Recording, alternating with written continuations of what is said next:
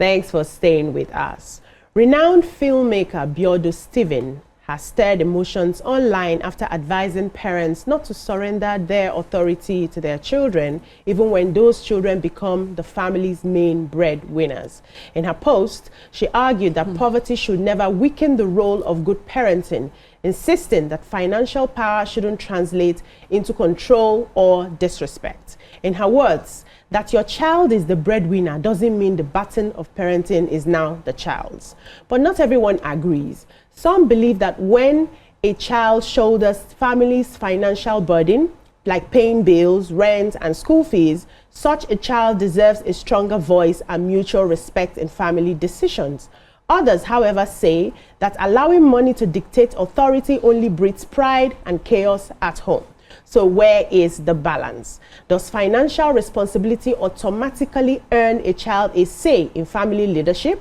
Or should parental authority remain sacred, regardless of who pays the bills? Do you think many parents trade their leadership for breadwinners? To be realistic, can traditional parenting still stand firm when survival depends on the breadwinner? What are your thoughts? You can join the conversation and call us on 02016-352013 or 09024163440 or tweet us at TVC Connect using the hashtag YourViewTVC. They say he that plays the piper dictates the tune. Not between parents and children. Yes, so let me start by asking your initial thoughts, and also by saying that sometimes when a child becomes the breadwinner, there's a change of dynamics. Things change, whether they allow it or not. The child begins to grow to understand that I'm the one that is feeding you. Things naturally change. But let me hear the lady's thoughts and then we'll go deeper into the conversation. Yesterday, I saw a video by Mrs. Bukwawoshika with Pastor Koju, and they were talking about marriage and money and about how the dynamics in a marriage is that the husband earns enough to take care of the family, and that whenever the other way it works, it already sort of like there's an unusual, it's not meant to be. So that the fact that something is not meant to be means that for it not to, for power not to shift, for somebody not to feel like I'm empowered and I can talk to you anyhow, for things not to go wrong, you need to be intentional. If the woman is anymore, you need to be intentional. So in the power dynamics of a family, parents are meant to take care of their children until the children become adults, and then you are released to fend for yourself. When the dynamics change and a minor, a child, is the breadwinner of the family, the likelihood of the minor to feel, please, please, please, please, please, I have gone to work since morning. Mommy, I cannot do that. No. Like, how can you say I should come back home early? How do I feed the family? This is how I feed the family. So the likelihood of that drama playing out is high. However, the role of a parent should not be based on money, whether they have money or not. Just like the role of a husband should not be based on whether he has money or not. The honor that should go to the parent should not be subject to the parent has no money, so it should be disrespected. Money shouldn't be the parameter for measuring who should lead the home. So if the parents are in the house and a breadwinner child disrespects the parents should put the breadwinner child in their place or in his or her place. That's how it should be. Is that how it is in our environment? No. No, for me, majority. Yeah, majority, yeah. So for me, financial responsibility may shift the power dynamics in a home. It does. But yes, but it should not erase respect. And that's where values as a family comes into play. What are your values as a family, right? In your home, how did you raise your children? Because let's be honest, when you look at immigrants' families where minors have to now work and contribute, maybe illness of parents, maybe parents become handicapped or something happens, right? And a child has to step in. Remember, minors are minors, kids will be kids. And most times certain things and behaviors play out. But the onus is always on the adult, on the parents, because traditionally parents are supposed to take care of the kids. So it should be parents lead, parents guide, and then the children follow. But in situations like that, the parents have to be intentional, like she said, in making sure that that dynamic doesn't change regardless of whoever is bringing the money to the table. Because sometimes as human beings, depending on the personality of a parent, because we human beings have different personalities, and that's why you find different parenting styles. It depends on the personality of each human being. And some parents might feel ashamed, right, that their child is the one fending for the home. And they might react to that in different ways, might plan in different ways, maybe silence, you know, just taking things to heart. Why a parent that has more self-confidence and everything, like, come on, shut up there. How dare you speak to me like that and everything. So it also depends on the personality of the parent that finds themselves in that kind of financial dynamic. Yes. I definitely think that when a child becomes the breadwinner, and I'm finding it even difficult to make it, to say that sentence, when a child becomes a breadwinner, because I'm thinking of the child and I'm thinking of a minor, you know, that definitely things will change. But I still feel that a parent can be a parent even in that situation. It's and that means the parent needs to be more intentional about a lot of things. So it's not that a parent would not want to insist on what the values are in the family or demand for the respect that they. But the truth is, when there's a change, when the child is empowered, they feel that, well, if you talk to me anyhow, I can leave your house and get another place to stay, you know. So you now have to find a different way of making sure you still are a parent.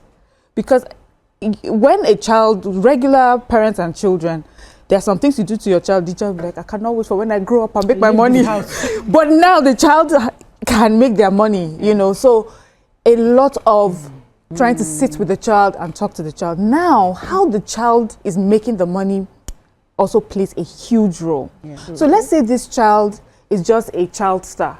It's just doing acting and out of nowhere starts earning a lot of money, you know. So the child, this sort of child, the money has just happened upon the child.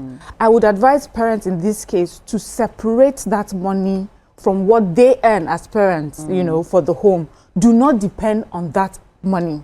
That money can be used maybe if there's a health situation, you know, or something that they cannot afford, like that happens. But like everyday, day-to-day things that you do, don't depend on that money. Let that child know that you're putting that money away for, you know, for them, for when they're old enough to now access it.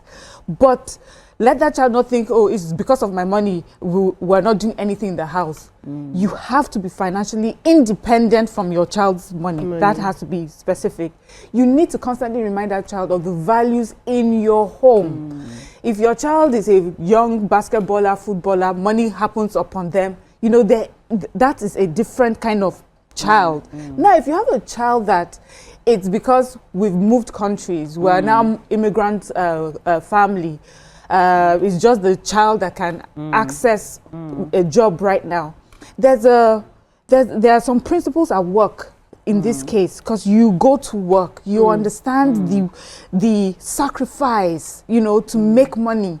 Even that child is a different child from the one that money just happens upon them. That child also understands, oh, this is what my parents used to do for me. You know, that child, there's the likelihood to have better or more maturity than a child that money happens upon them. So you find that in those sort of dynamics, there's not so much clash between child and parents, because they understand that, okay, it's because my parents can't do it at this time, I'm trying to do that. Now, I'm specifically talking about minors. If we're talking about adult children, many children in Africa, when they get to adulthood, they sort of become the breadwinner of their family. You know, they take care of things. But because they're adult children, and you're hopefully they have learned all the values and respect and everything that happens in the home. Now that they are making money, they understand that this is just money. Does not mean that I'm bigger than my parents. Does not mean that my parents have to worship me.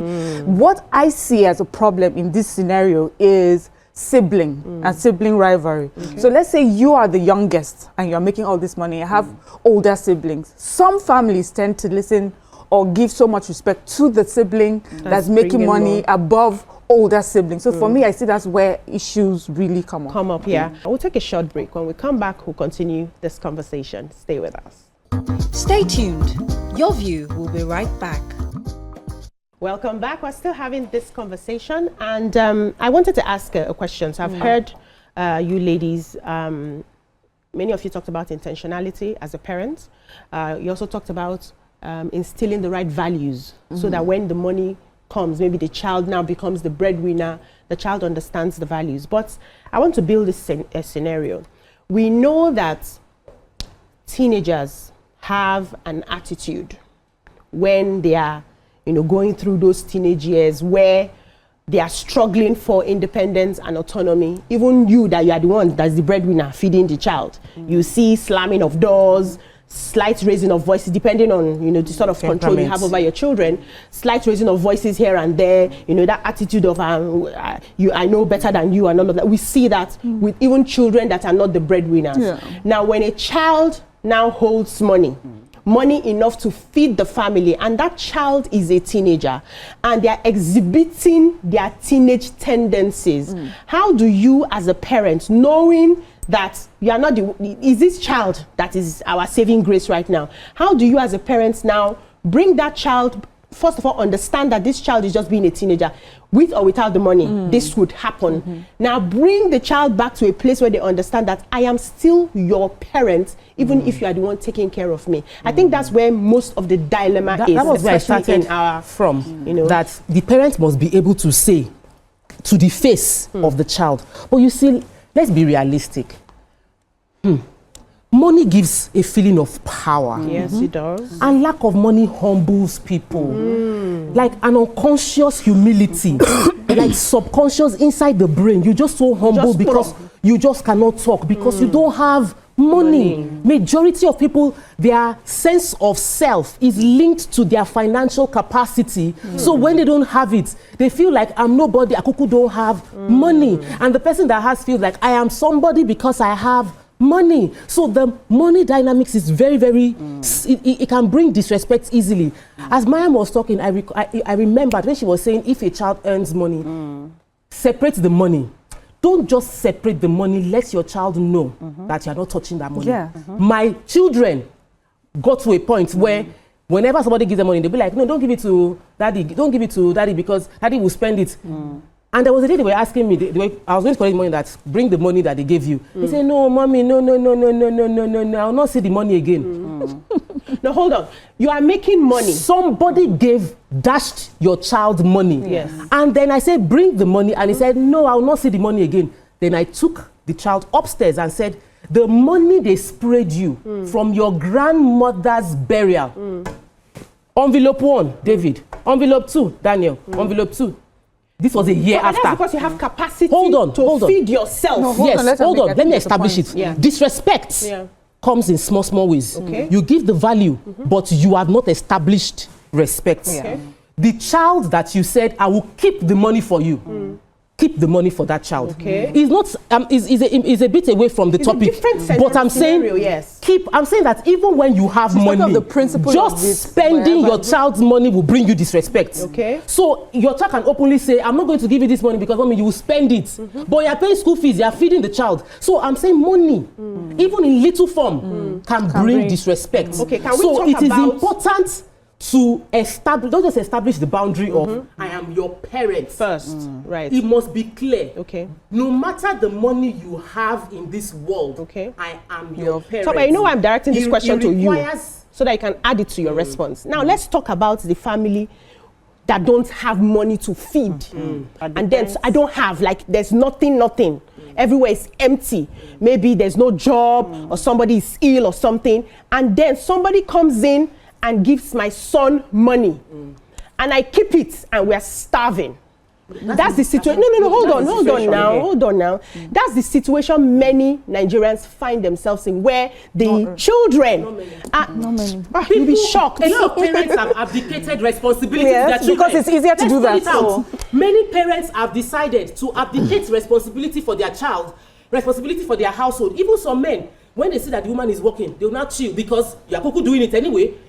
If you, as a parent, must be responsible. Okay, you might not have work. You might not have what to do. You will go outside and go and hustle the hustle. Don't send your small your minor child to go and do into places that can compromise them because you feel they are the ones that can easily make the money. Even on the street, I see beggars. The woman will sit down in the middle of the road and send the children to be running in between traffic in the face of dying because they want to eat. That is what I have a problem with. Can I also just add to that the fact that especially for children that hawk, do you see that they spend the whole day, they are the ones doing the work, they spend the whole day hawking and selling these things, and they are going home to hand over that money to their parents. And the reason why is that even though it's not a very palatable situation, is that they understand that that is the parents. The respect has been institutionalized in that home. They understand that whatever money I think I'm just making at the end of the day means nothing. I'm taking it home to my parents who will now decide how we will use that money for the house. That place, parenting is still happening. So you see why the conversation is, even when you have to use the money, you must have values, you must have principles that the children understand. Now you are also talking about how teenagers behave, and you need to understand that. That's true. And because of that, that's why even when, you know, it's just a regular home where you take care of the child, don't you find different ways to have a conversation with that child, even though you know that you have all the power? Like, you can lock up that child forever and throw away the key, nothing. But you know, you devise different ways to be able to reach out to your child. So a parent that finds themselves in that sort of situation, I've heard words like conservatorship, especially with Hollywood children. So Hollywood, these children make a lot of money, and to protect them from exploitation, even from their parents, some people, you know, they have the legal system that provides them like a safe place. Your money is kept somewhere, how it's invested and everything, and then as you reach a certain age, you have access to it. You know, that also helps to maintain that relationship between parent and child. The child knows that my parent is not depending on it. The child can also gift a parent money. Do you understand? And the parent understands this is a gift. The child understands that.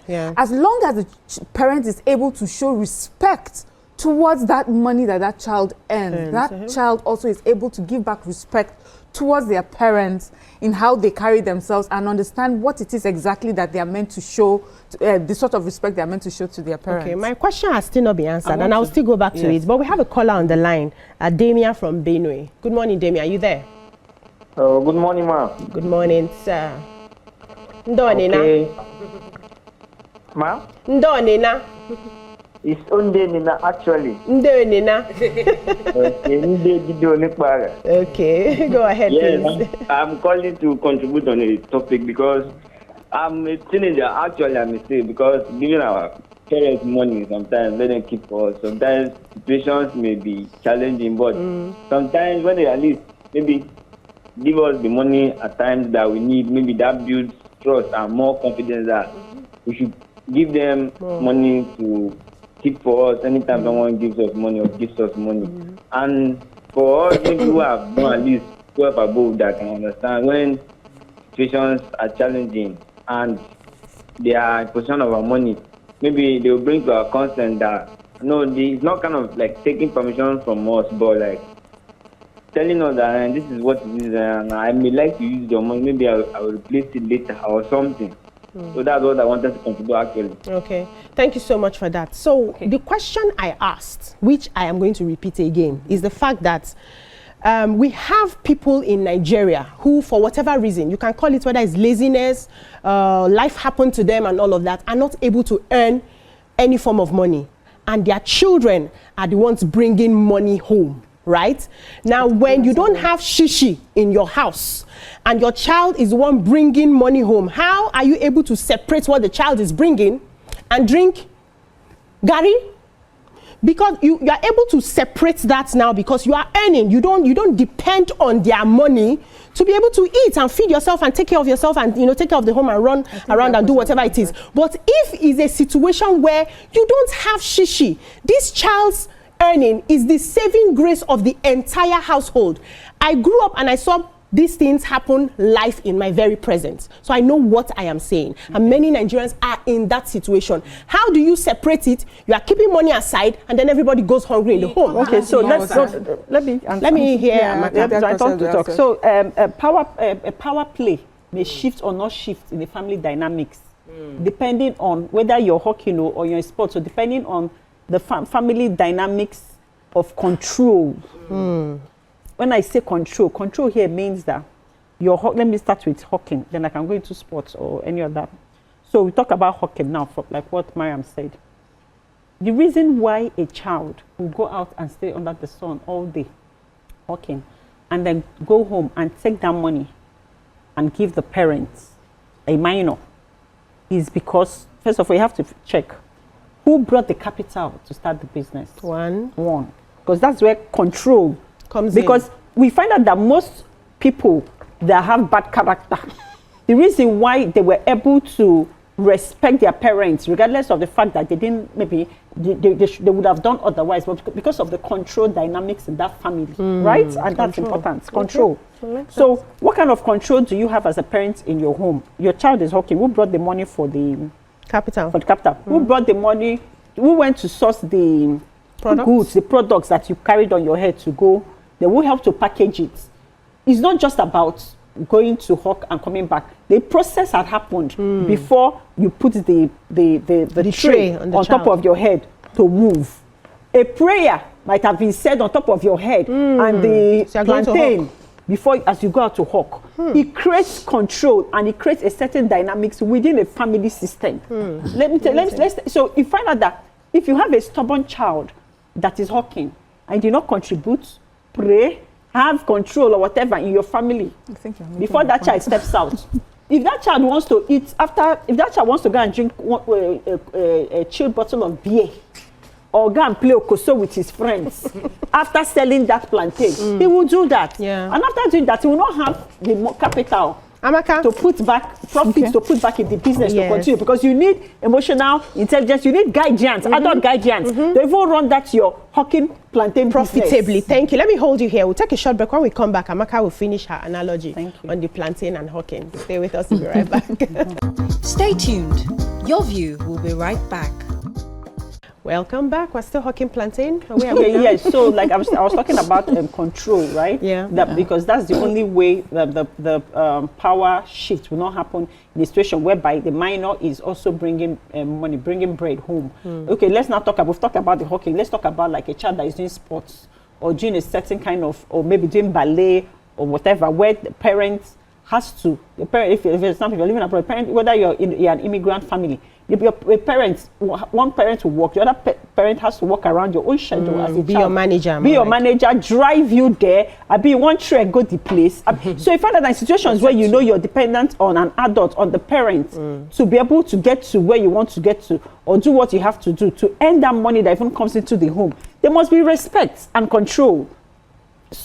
Because there's balance, regardless of the fact that you're bringing that money. So even if you want to say act as a minor, act as a teenager, or just act your age, because we all acted that age. My parents paid for my school fees and everything, but then my head still touched when it touched. Yes. We have Maureen from Surulere. Maureen, are you there? Yes, I'm here. Good morning. Good morning. Everyone. Good morning. Okay, yeah. So when it comes to parenting, I feel that taking responsibility is very paramount. Okay. Because, you know, money is very good, but money is not everything. Moral values are there. You know? And, you know, there are some parents that, you know, that they are trying their best. They are not lazy. They are trying their best in their own little way. I've seen some family whereby they were not able to send their children to university, or they were able to train them to primary or secondary school and still help them to learn skills like carpentry, or still help them to, you know, engage them in their own personal business. Even the Holy Book said that we shouldn't be lazy. Anything our hands find it, anything that we find ourselves doing, we should do it well. I don't.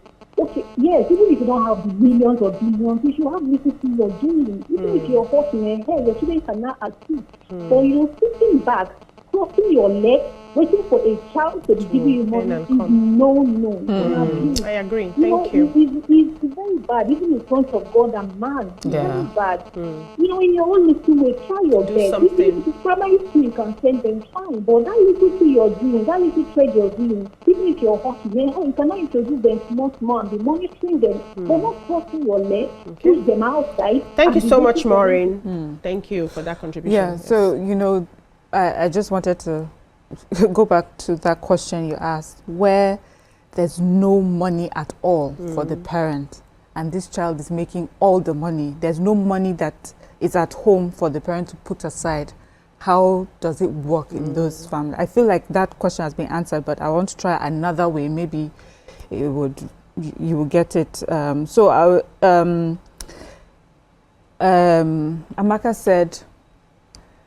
mentioned some things when we used the analogy of a hawker, and she said the child that takes the proceeds back home, what was provided for the child by the parent? She said, was it the capital? Maybe it's the capital that made the child understand, okay, I need to return the money back home. Was it the products or produce that they're selling? She said, or was it the prayers, you know, different things. And I'm saying that is why, and Amaka still makes the point of the parenting is still happening. So even if it is not capital, even all it was prayer. A child is going out and the mother or father prays over the child or blesses the child and says, you go out. That child still feels that there is a responsibility towards my parents because they have created maybe spiritually, you know, an accommodating situation for me to go out and make that money. So they still feel like they owe it to the parents. So that's what we're saying. Parenting is not just about money. And that is why, since you understand it's not about money, you can still be a parent even when the money is not there. You can still insist on the values that you want, that is important in your family, even when the money is not there. Even if you're not the one that's taken out capital and counted the naira and given that child. The fact that there is a home that we have, I am the father here, I'm the mother here, there's a way that we show each other respect. There's a time we come back home, we don't stay out at a certain time. There's a time that days that we go to church. There's a way that we dress. You already have those values. That I do not have the money should not stop me from being the parent. So this conversation is, but she's the person making the money, and therefore, I'm not going to go to church on Sundays. That's not what we're saying. I'm not going to do this. I'm not going to do that. I will not listen to that. The only reason a child can do that is not because of the money. It's because you have refused to insist on the values in your family. You have allowed money to define you. You have answered it. So I asked the question for a reason, because I wanted to see how people in those situations can take up their responsibility as parents, whether they have money or not. Like she rightly said, it's not about the money. It's about the fact knowing that I'm the mother of this home. I'm the father Let me of even this add home. one last thing. You see some parents, parents that are really living in poverty, and then a child is doing something that is illegal. Like 419 and this, and the child brings a car home or something. These parents will insist they don't want to be part of that. Because this of is their not holding their values. because these are my values in this family. We don't want to have anything to do with that. Go away. Their parents like that. But the parents that accept it are parents that refuse to be parents. Exactly. And they refuse to uphold values, and they'll be disrespected. So, your final words. you know, you did not that interruption. Let me take that Franklin and I come to you. Hold on, darling. Franklin from Lagos. Good morning. Are you there? Franklin. Where are you? Good morning. Sir. Good morning, how? Good morning. Good morning. Hello? We can hear you loud and clear. Go ahead. Yeah, I want to contribute something. I don't know if it is Maria Blomgren that's making my point, but I want to impress on that point. Okay. Please, I grew up in a setting where it happened that my parents were down at a particular point. Okay. Very down, like I literally had to go and be hawking and go and be carrying load inside the mattress at that point. And I was still in secondary school. My younger brother started hawking fish for my mother because that time we just relocated to a new place and there was nothing again. So as a parent that my parents were then, we still had this strict rule.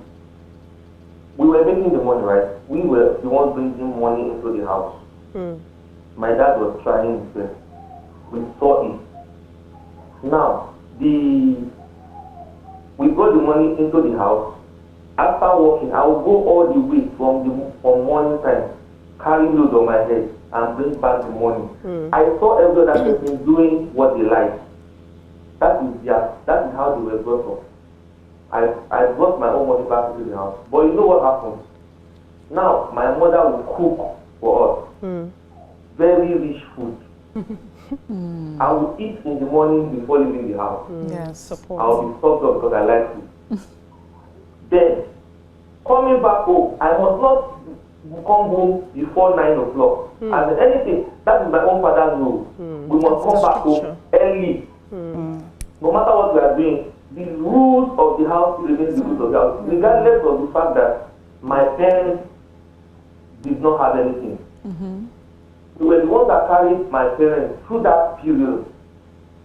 And I think that that is still what shaped me till now. Yeah, amazing, amazing. So, thank you so much for that contribution. You were saying? So I was going to say, because I realized that a lot of Add people your final words, because we're going, yes.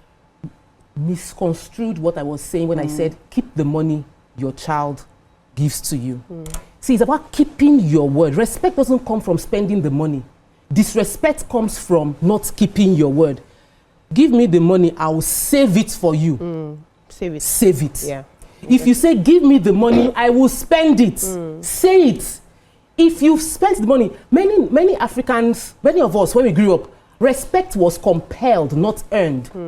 I have parents that I could see their discipline, I could see their savings. Did you hear what she said? The last caller said, he said, my father was doing his best. Yeah. So you know that your parents were putting in efforts, you are supporting them. Not that it's obvious that your parents are doing nothing and they're chilling, you disrespect them. There's no authority you want to exert when you are obviously not pulling your own weight. So what I meant was that I told my children, I will save this money for you. I will save that money. If I say I will not, give me the money, I want to buy something, it's spent already. They know. Keeping your word as a parent is very, very key. Even Very if you paramount. don't have money, Yes. keep your word. Very paramount. Thank you so much, ladies, for your contributions. We've learned from this that every family must have values. Those are the values the children will grow with. You must have a structure in your home. Anything can happen where one person, God blesses one person to be the breadwinner, or everybody's the breadwinner, but once the family has values, there's a structure, you take responsibility as a parent. You must show up as a parent, and then you must guide your children, whether they are bringing the money or not. And building respect really starts from early. When they respect you enough, no matter what happens in life, they know the place of their parents, and they will give that accord. Every parent should do their job, and don't leave your job for children to handle just because they are the ones making the money. That's all we can take on this segment. Thank you so much, ladies, for your contributions. When we come back, we'll move on to another segment of the show. Stay with us. Stay tuned. Your View will be right back.